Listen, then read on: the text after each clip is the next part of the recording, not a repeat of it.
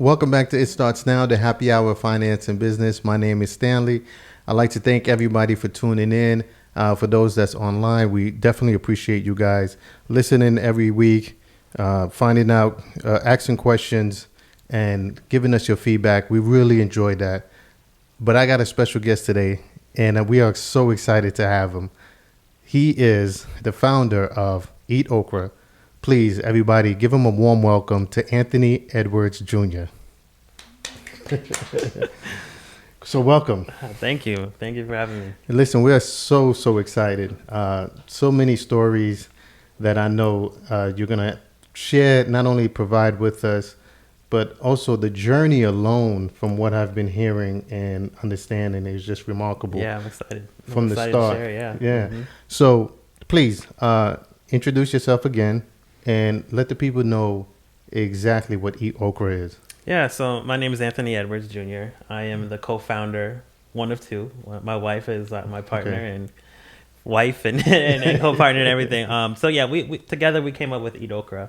So Eat Okra is a directory platform that brings people together through food and beverage and through Black food and beverage. So we're a national directory of Black-owned eateries, food trucks, restaurants, chefs, and more. Why the name Eat Okra? So Eat Okra was a seed brought over during the slave trade. So there's a lot of cultural significance to okra. Mm-hmm. My wife and I both, our family roots are from the South. So my wife's family is from Charlotte, North Carolina. In that area, it's like the Geechee area.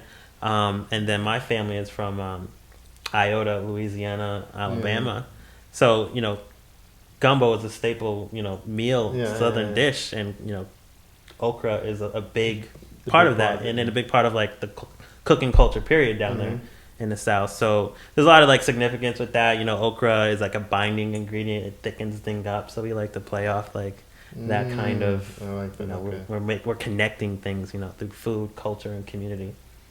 How did the name come up though? Like who picked it out? It's just something that just popped.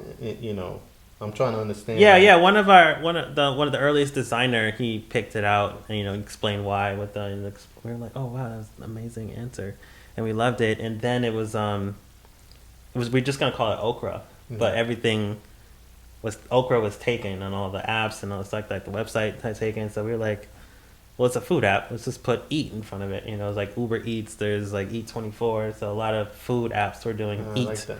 In front of the second word, so or after, so we just stuck an Eat in front of it and then Eat Okra. Yeah, the name, like I was saying before, like I didn't even realize the okra inside the name, and then when I realized, I was like, oh, that's genius. I like how it was formatted, but something like that, with the cultural background or all the stuff that comes along with it. I know you're going for the Black community, right? Is this something that you felt that will attract, the name alone would attract the Black people?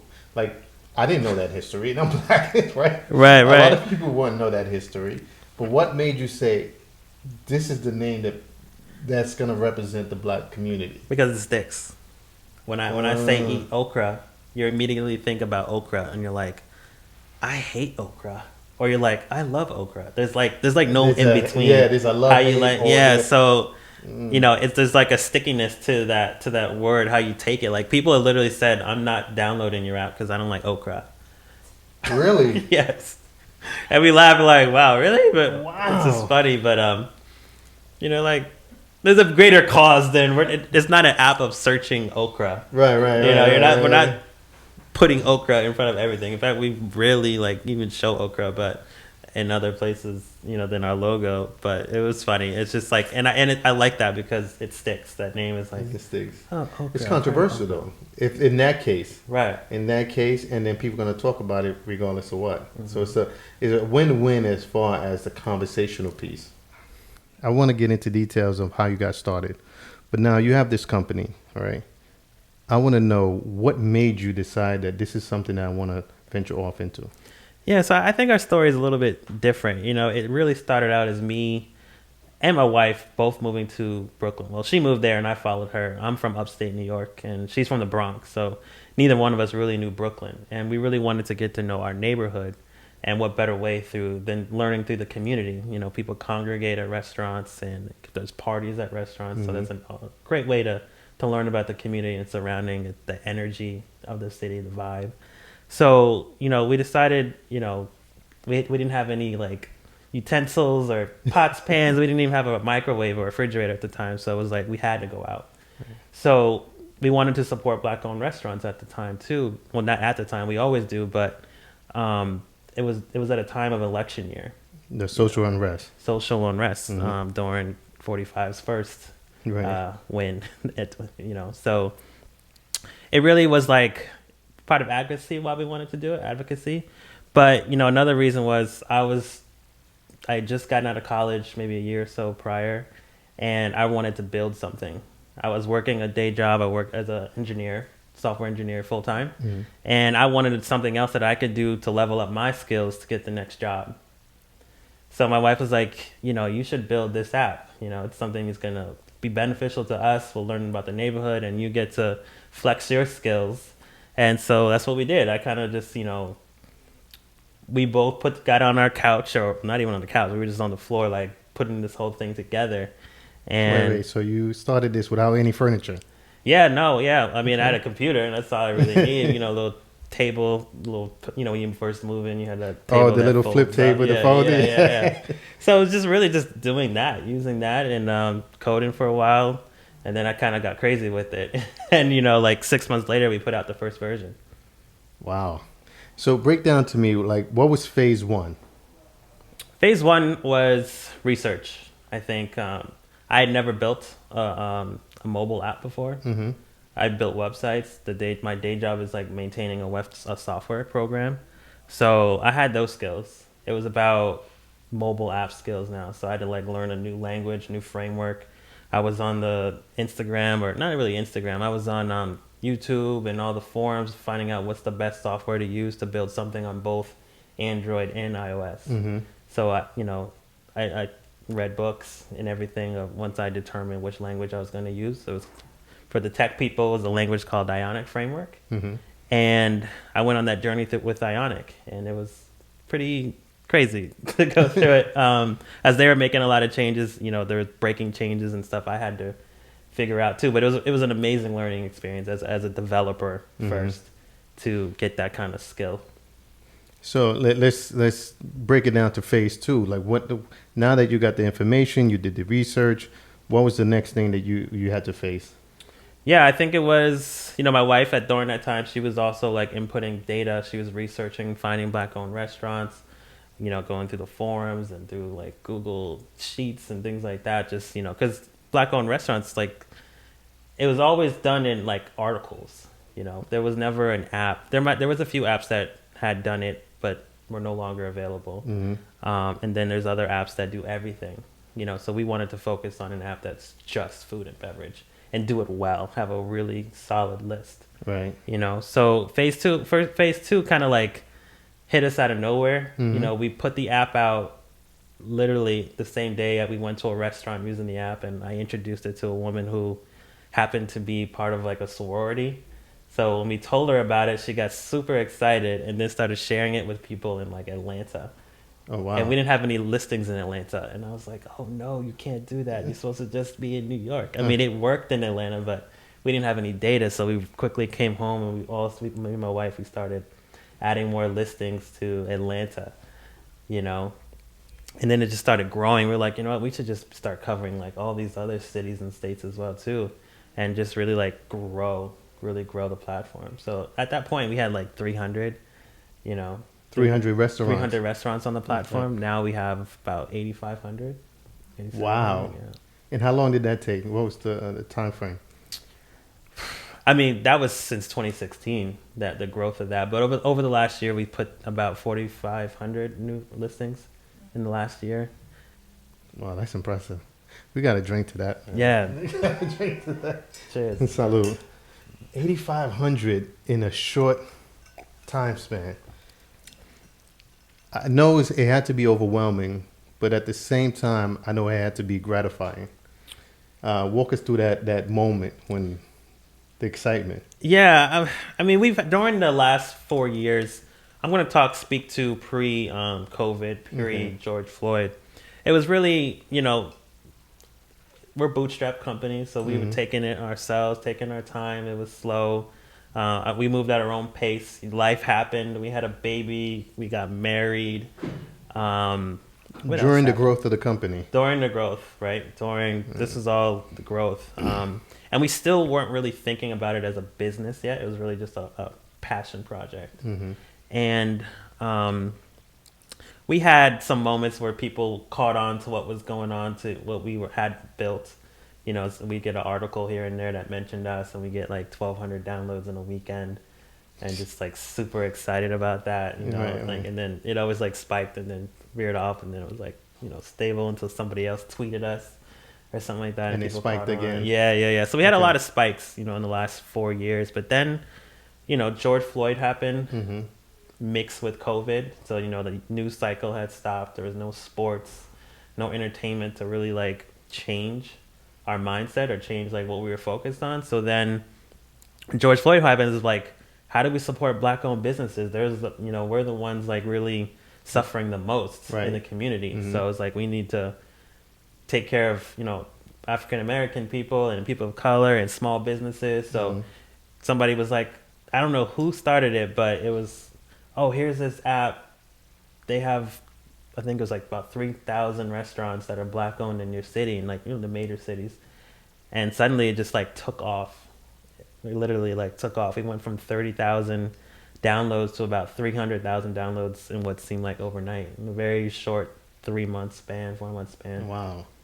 How did you manage that kind of growth? Because you basically blitz all the way through overnight. Now, how did you manage that? Yeah, my wife had to really step her game up really a little bit. I was, and I had to step my game up too. I mean, I was already working on Eat Okra. Literally, I would wake up about 5 or 6 in the morning, every day of the week, pretty much. 5 or 6 in the morning, work until 8 or later on the weekends, and then go to work. My normal day job, 8 to 9 to 5.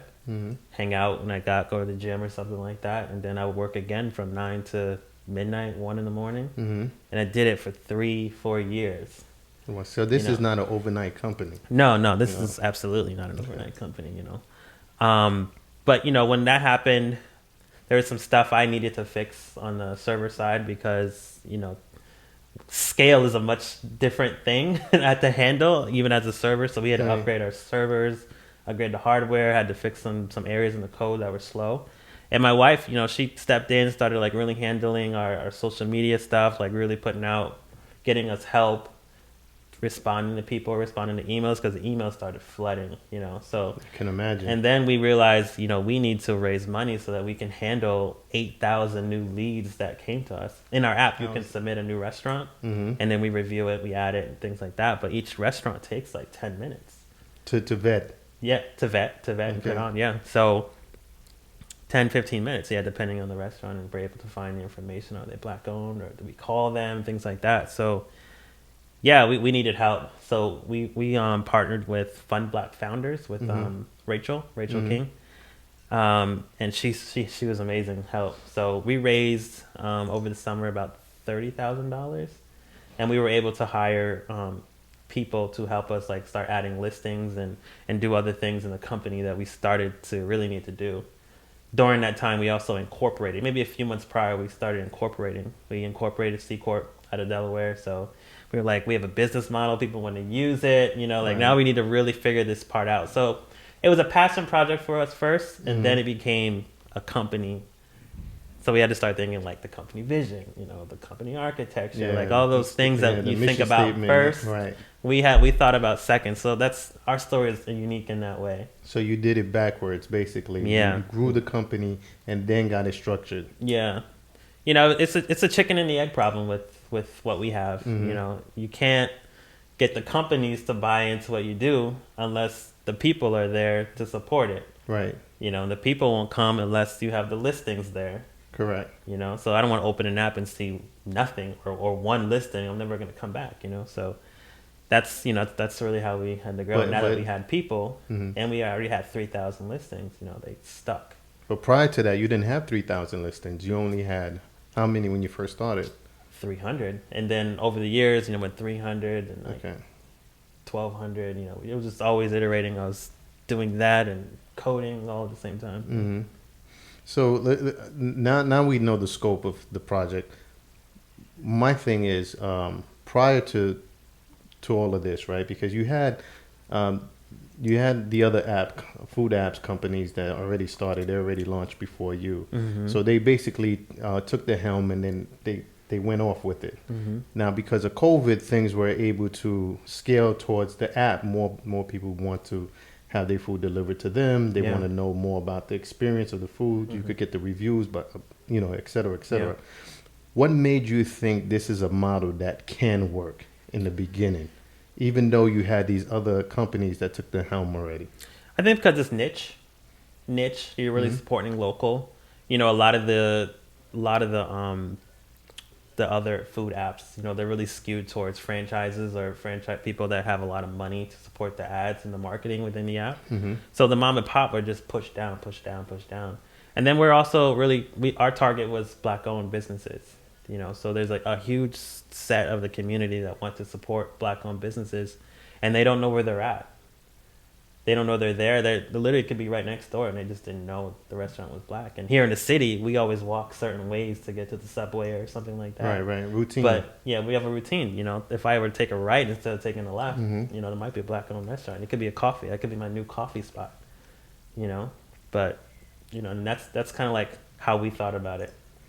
Now, you got to a point where you're really doing well, but you know there's a lot more room to grow. Oh, absolutely, Right? yeah. Mhm. So now you're putting all the pieces in place, right? You're getting all the people in the right positions. You're doing all the things that you need to do.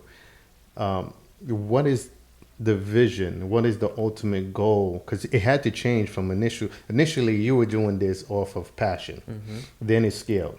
All right. And now it's at a point where you're growing it as a company, but now it's more structured, organized, but you got to think of the bigger picture. What is the new bigger picture? The bigger picture, I think, is our support for restaurant owners. So that's the mission. That's the agenda. Yeah, on the front-facing part of the app, it's a directory. You know, we're putting butts in the seats.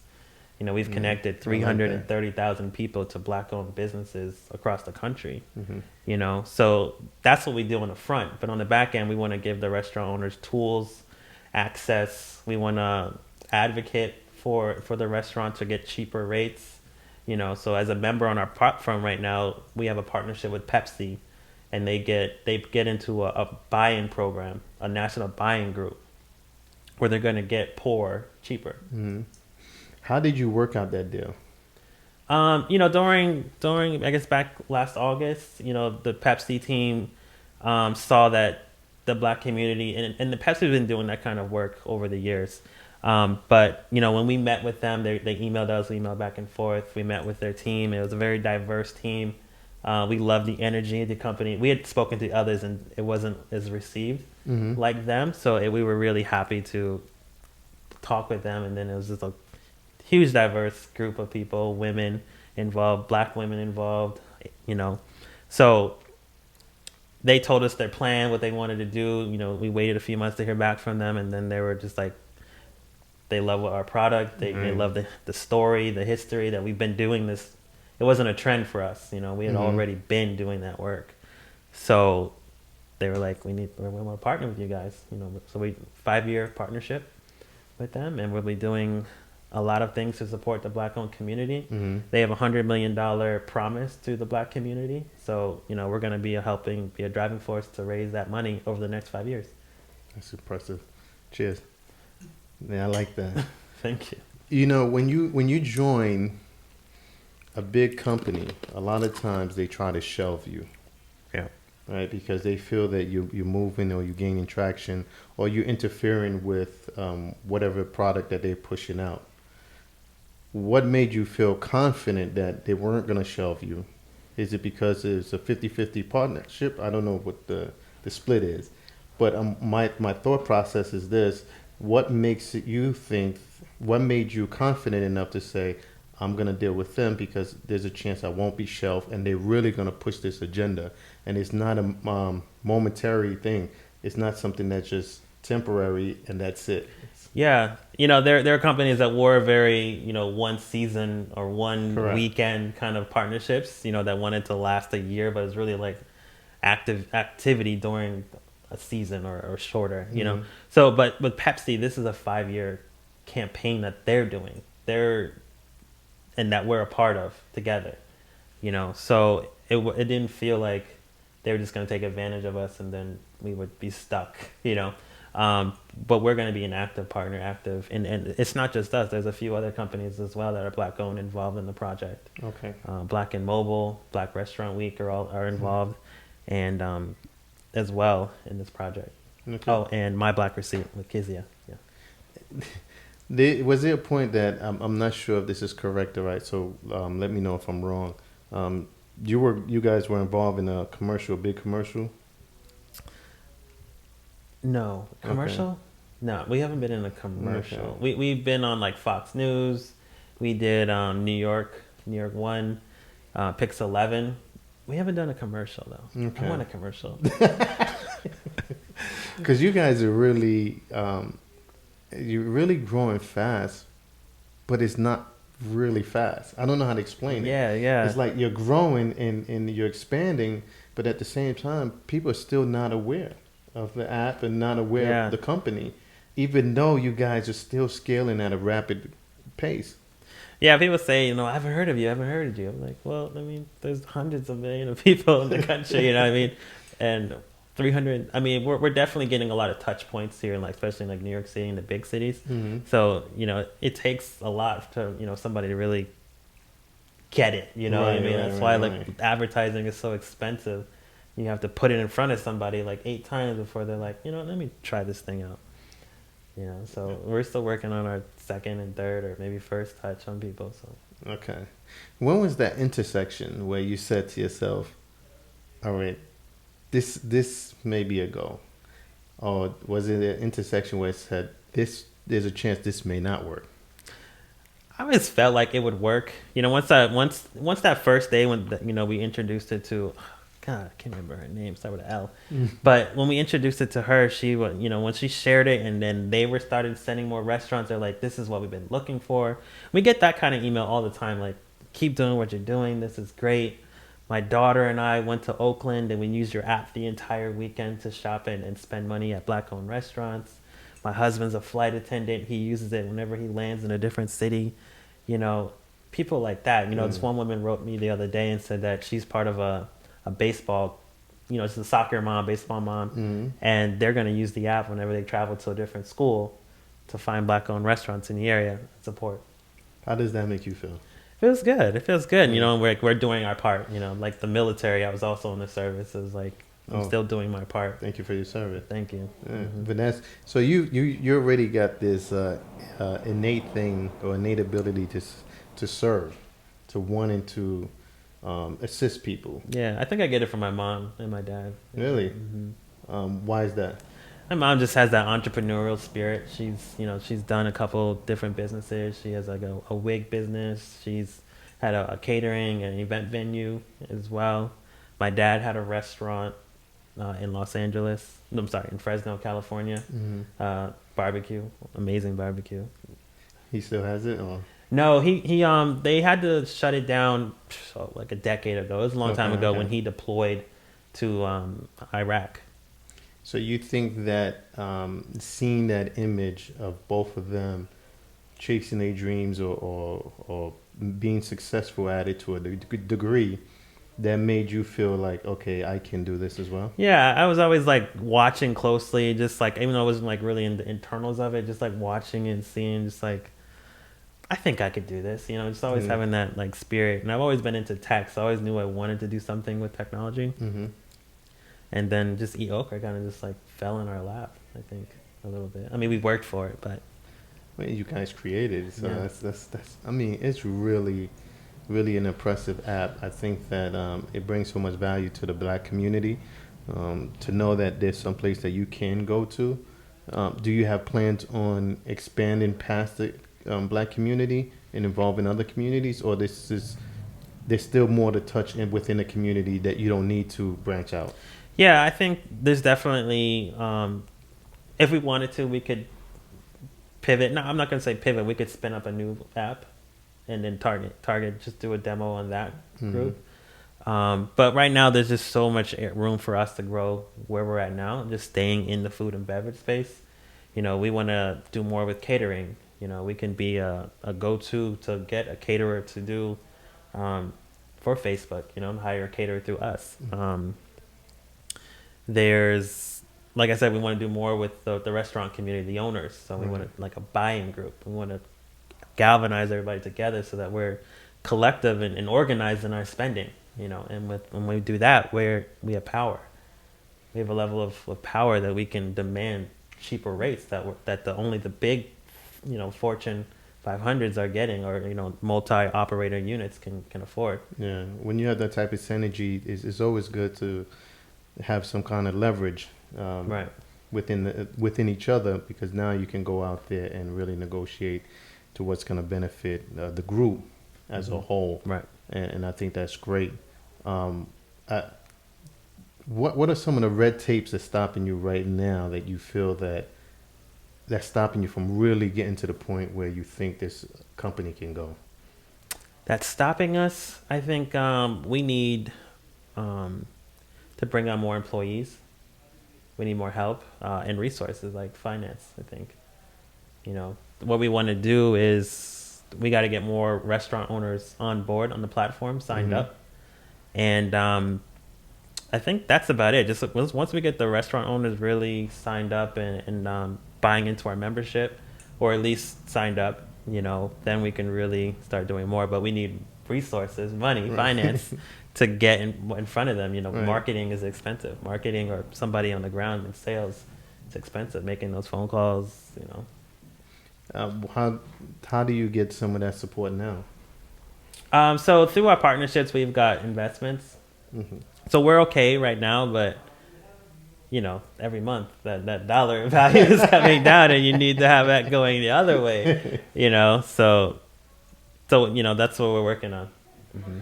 Now you got such an amazing story that started out from nothing, basically, from not having furniture to the fold-up tables to really taking it to the next level. I know there's some things that you can share, some feedback that you can give to people that really want to get started, not necessarily in the tech world with the app, but just in general, some advice that you could share with people that really want to become an entrepreneur and really learn from some of your mistakes or some of your learning lessons that you can provide.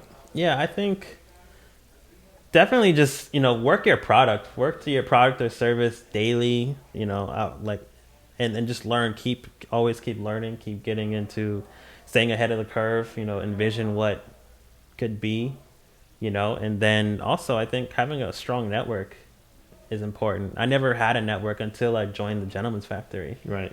I have my military, but never like a business mindset of people around. That really changed once I joined the factory, Gentleman's Factory, with Jeff, meeting Jeff and interviewing with Jeff. I got my my mentor Marvin through the area as well, through the factory as well, and it was just a change. Like the first question they asked me was like about raising money, and I was like, no one's ever asked me a question about raising money, right? Because it's just doing my thing. Like I never thought nobody would want to invest in me. Not now, but now I have a reason why they should invest in us. Correct.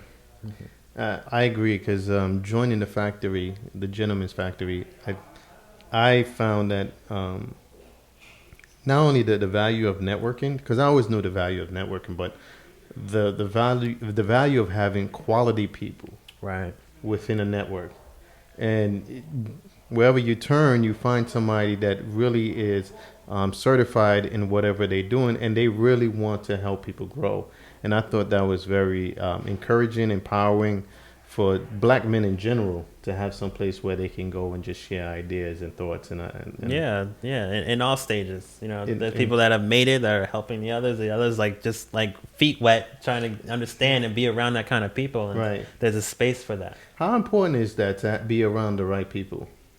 Extremely important. Being around people that are more successful than you, and then people you can bring along the way that's, you know, at your level right below you too. I think you need both, because there's energy, I think, in both areas that you need to stay ahead and be kind of inventive in your own mind, things like that. Or, you know, I ask, whenever I make a decision, I'm asking like 4 people.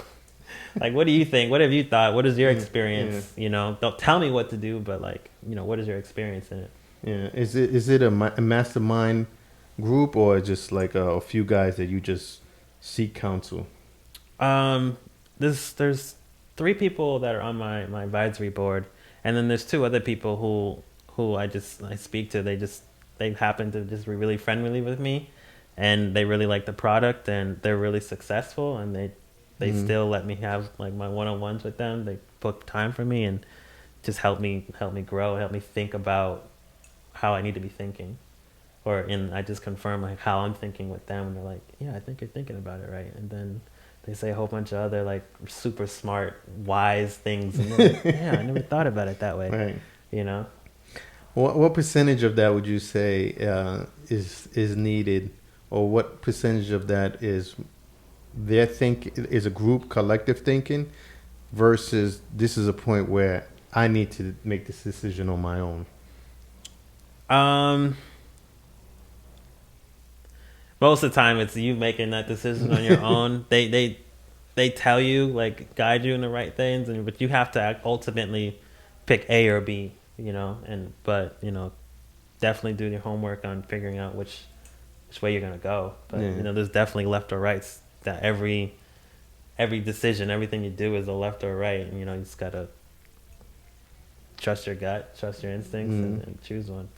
I have this thing where, and I share it all the time, is that I believe in disagreements. I think they're so important. Yeah. Because if we all agree, then something's wrong, right? But if you have a valid point, and you may not have a valid point at the time, but you're arguing because you want to disagree for whatever reason it may be, and I'm arguing one point, you're arguing another point. But the moment we start disagreeing, we find a common denominator. And normally, a majority of the time, that opinion, or that both-sided opinion, is actually the correct way to go. But that would have never happened without having disagreements going back and forth till we finally realize, okay, this is the best option. Yeah, I hope my wife was listening to this. So, no, me and my wife, we go back and forth all the time, and we have our disagreements, and I'm just like, and I bring it up or raise it to her because I know she has a mindset and how she thinks. Because my wife and I, our relationship is, one, I'm a Libra, she's an Aries, so we're total opposites. Wow. On the horoscope thing. And the way we think about problem solving is totally opposite too. So when I approach her with something, she's like, I already thought about it, I'm not thinking about it again, you know. And I'm like, no, let's just think about it, I want to ask you again. And she's like, I already answered it. So we go back and forth, and sometimes, you know, the answer changes after deliberating back and forth. But, you know, we have to force that out sometimes to find that, oh, okay, I was wrong. Okay, I like the way you're thinking about it. I didn't even think about that, you know. And see, that's the key point you just made, right? A lot of people don't realize that's the best thing for someone to say in that scenario is that, oh, I didn't look at it that way. I didn't think of it that way. Because that's keeping your mind open to new suggestions, new opinions that may be beneficial, right? It may be something that you just overlooked, right? It might be staring you right in the face, but you overlooked and somebody pointed it out. Yeah. And you asked me earlier, you know, definitely talk to people about your business more. I think, you know, 1 or 2 people is cool, but, you know, tell everybody about it, because they're going to think about your business differently. Every time somebody tells me about their business, I'm thinking about it like, oh, you could do this. Have you thought about that? Have you thought about that? And then I think about it more. I'm in the shower or something. I'm like, oh, you know what? I thought about this. Have you thought about that too? You know, so definitely tell people what you're doing. You know, proprietary, of course, if it's, you know, IP involved and you want to have NDAs. But just talk about your business, because that's the only way you're going to learn more or learn what you can do. That's why I believe in the mutual NDAs because Yeah. at the end of the day, their opinion, right? Whatever they share with you, and if it helps you grow, you can't. Yeah, you always want to You want to give them a keep them kickback. included. Yeah. You want to kick them back something. So you don't want them to feel it's one sided. Where I don't want to share my opinion because if I give it to you, so you do a mutual NDA. That way, that person is protected. You're protected. But if the idea grows and it becomes successful, everybody shares in. So it's a win-win scenario. Yeah. Mm-hmm. And I think that the more you get people involved that way, the more they feel confident enough to share their thoughts with you. And you'll be surprised. A lot of people can help you grow even in the position they're at right now. Yeah. You know? Yeah, I wish I could just bottle up some of my friends. They're all doing their own things and they're all talented. I was like, if I could just take you and then take you and then take you, we would have a super company and we'd be good. But, they're doing their thing. They believe in their thing. You can't pull them off. But, No, you can't pull them off. But what you can do is build that network, that nested network where everybody comes in and then feed off of each other's energy. Mm-hmm. And then I think that's great. Sometimes you have somebody, it's always important if you're starting a business to be around entrepreneurs because now you learn from their struggles, right? Or vice versa. Yeah. Right? They could learn a lot from you too. Mm-hmm. But at least one thing you're learning is that, okay, if you have in doubt, a next person that went through that process could always say, listen, I went through there, I've been there, just keep going. Yeah. I mean, it's lonely at the top, right? When you're a CEO, Mm-hmm. COO. You don't really talk about it with each other. You can't go talk about the company problems at the below you, right? At the, your staff. You talk about those with other CEOs or other, people trying to do it. So that is nice to have that network of people to just like talk about your problems, and grow with, those growing pains together. Yeah. One of the things that I think that you and your wife bring together is a solid team. Because it takes a lot of commitment to have, because my wife and I, we go through this too. We went through it just as like you did. Got married, had a child, growing businesses. So I can understand the amount of commitment, and especially the way you guys just, when you seen the growth happen and everyone stepped up, your wife stepped up, you stepped up. It takes a lot on you while you're still raising a newborn. Yeah. Right? But how did you manage that? It's always evolving, right? You think you got it, you got your daughter or my daughter, narrowed in, locked into what her routine is going to be. And then she changes it. She flips it on you the next day. So it's always a consistent, like, change, growth spurts, regression, Right. So, my daughter is no longer in the same spot I put her 10 minutes ago. Now she's in the back room and front room and back all within like 2 minutes. And you're just like, all right, well, the house is safe. She's fine. Right. And then she grows up. Now she's pulling cabinets open, reaching on top of stuff. Sound familiar? It's like, gosh, now we need a babysitter. Me and my wife been doing really good.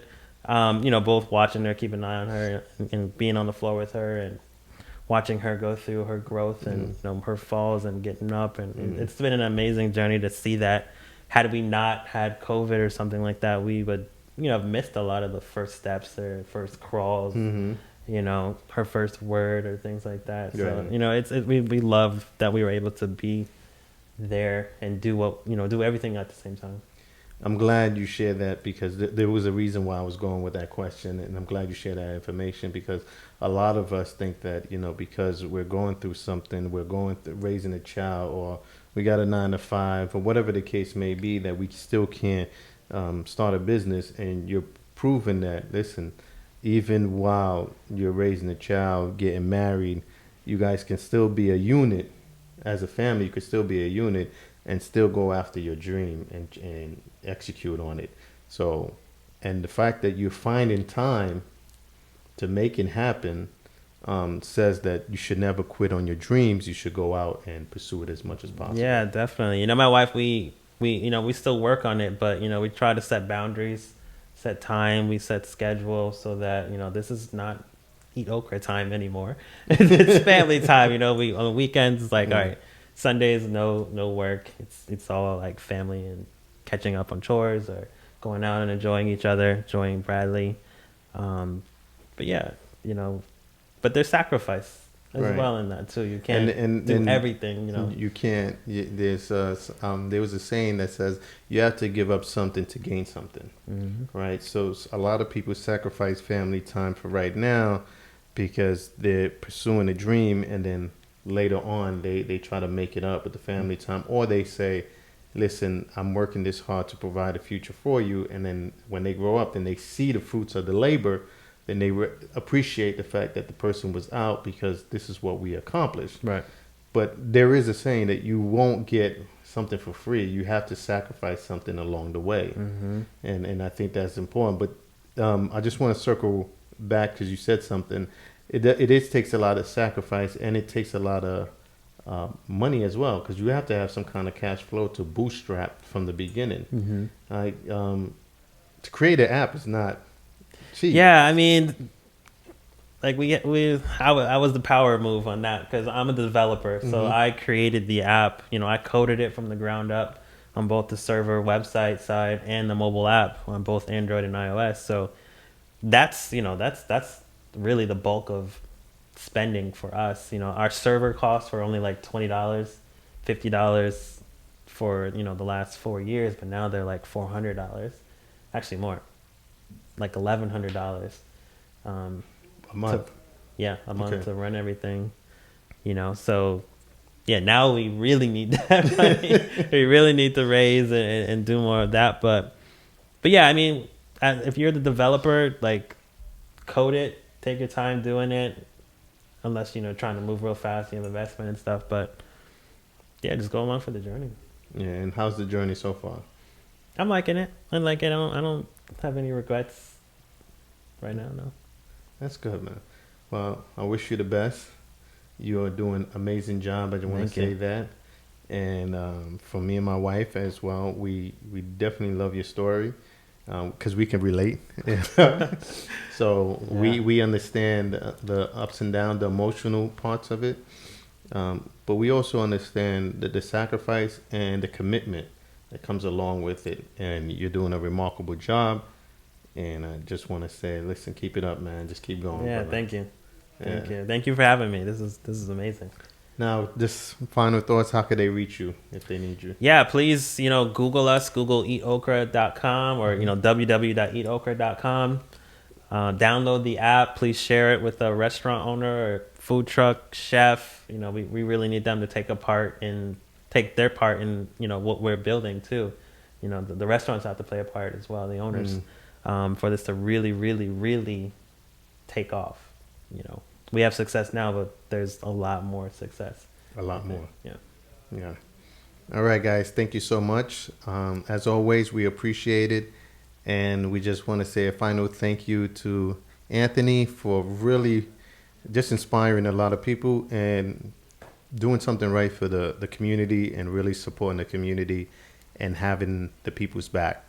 So he is the people's app, people's restaurant. I like that. And I let me tell you, I really wanted him on the show because I heard the story and I was blown away.